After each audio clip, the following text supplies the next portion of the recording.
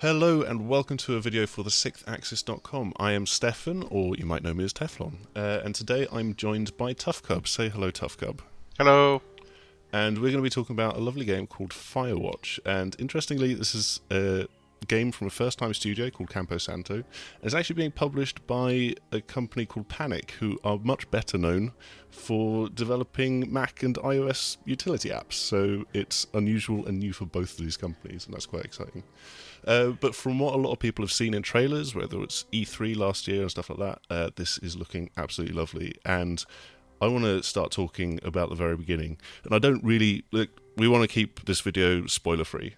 And I don't even really want to talk about how they've done the intro, really, because I feel that that's half of it, but it's got a lot of emotional impact for me.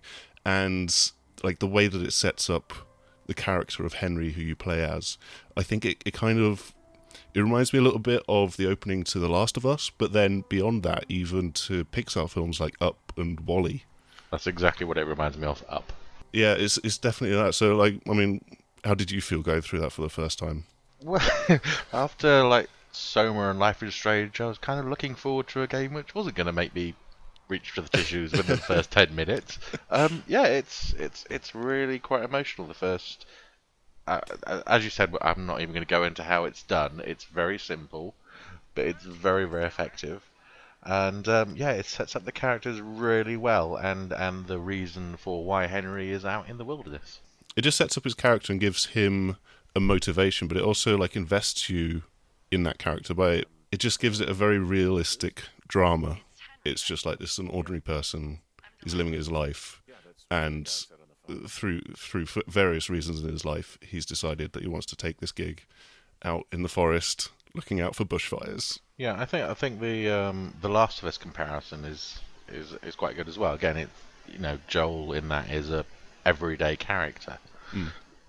Obviously, something slightly more fantastical happens in that game, but you get to relate to him very, very, very quickly and find out his like morals, his emotions, and how he acts in certain situations.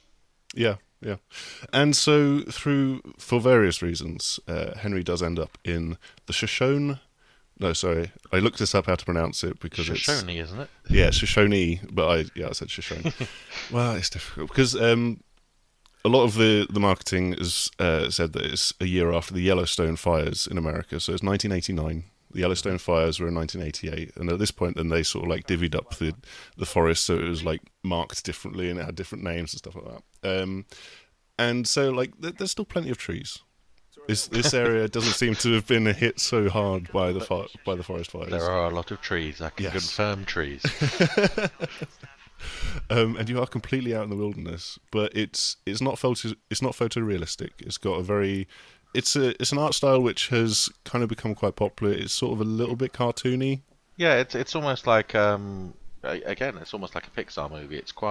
It's realistic, but kind of I guess cartoony. It's like like the character's hands are big. Wreck-It Ralph. He's got the big Wreck-It Ralph hands. Yeah, and I mean, like you don't see yourself in a mirror or anything like this, but you quickly learn that Henry is a chunky chap. It's not entirely true. You do get to see a picture of yourself, or drawing of yourself. Yeah, a drawing, but you don't get to see yourself in a mirror. You get to see quite a lot of yourself, though. Yeah, and I mean, aside from your point of view, that wonderful picture, this is a gorgeous game to walk around and just look at. I really love the way that the time of day changes, and the way that the light changes is just utterly gorgeous.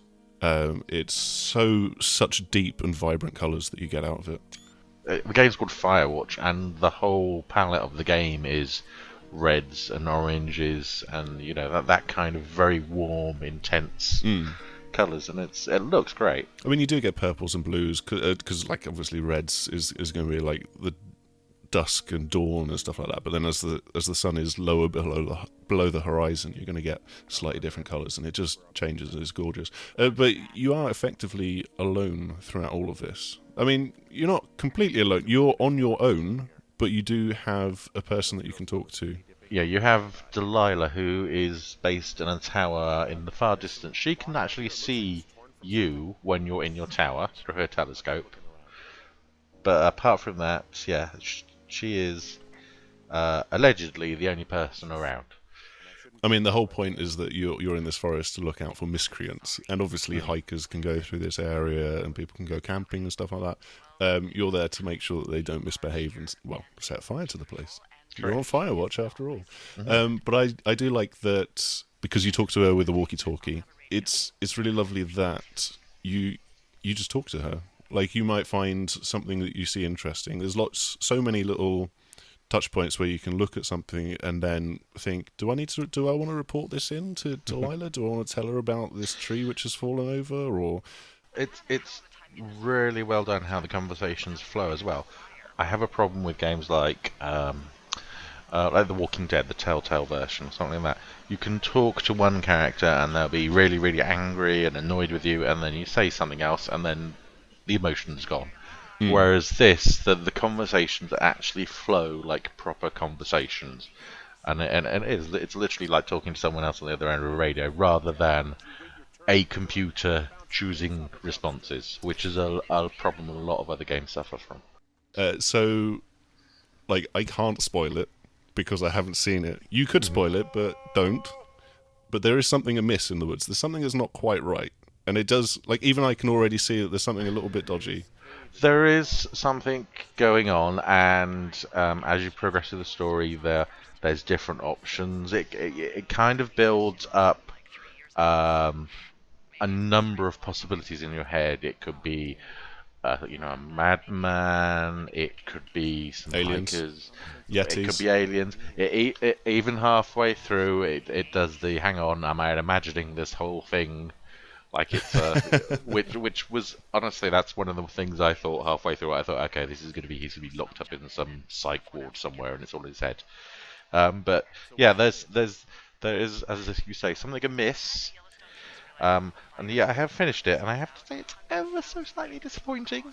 But Really? yeah, it makes sense. Yeah. I mean, is it the kind of story that you might want to go through again? Or is it something where it's very much like get through it once and you're done? Well, I've played it a number of times now. Yes, we'll get onto that in a second. Yeah. And I think a second playthrough is absolutely worth it, purely just for choosing all the different options. Because a big part of the dialogue is that you get to pick different options from you. Sometimes you get like 3, maybe 4 options to pick from. Yeah, and although it doesn't really change the story that much. It does change how you interact with Delilah. You can actually. I pissed her off once, and she turned the radio off, which I did. I didn't. I think I did that as well. And yeah, and she's. So yeah, it's definitely worth a second playthrough. After that, perhaps not. But yeah, I really enjoyed the story. As I said, it's kind of. It's not really a game as such. It's one of those everybody's gone to Rapture type of things where you. Well, people disparagingly call it them walking simulators, and I kind of think it feels more like an exploration game. Yeah, it's kind of go to A to go to B to discover something, then go to C to discover something, and you're always moving around. The story just gradually funnels you from one place to another. How you get there is entirely up to you. And I've gone around a number of different ways before. So.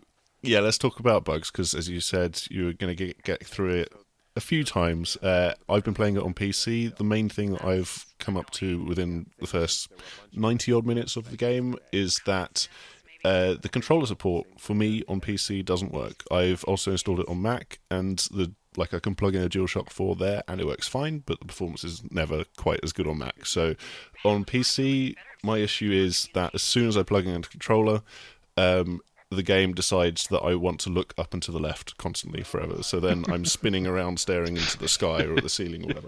You have had a couple of game-breaking hitches, haven't you? Yeah, sadly. As I said, you're basically going from A to B, and when you get to a certain place, it will trigger a piece of dialogue or something will happen.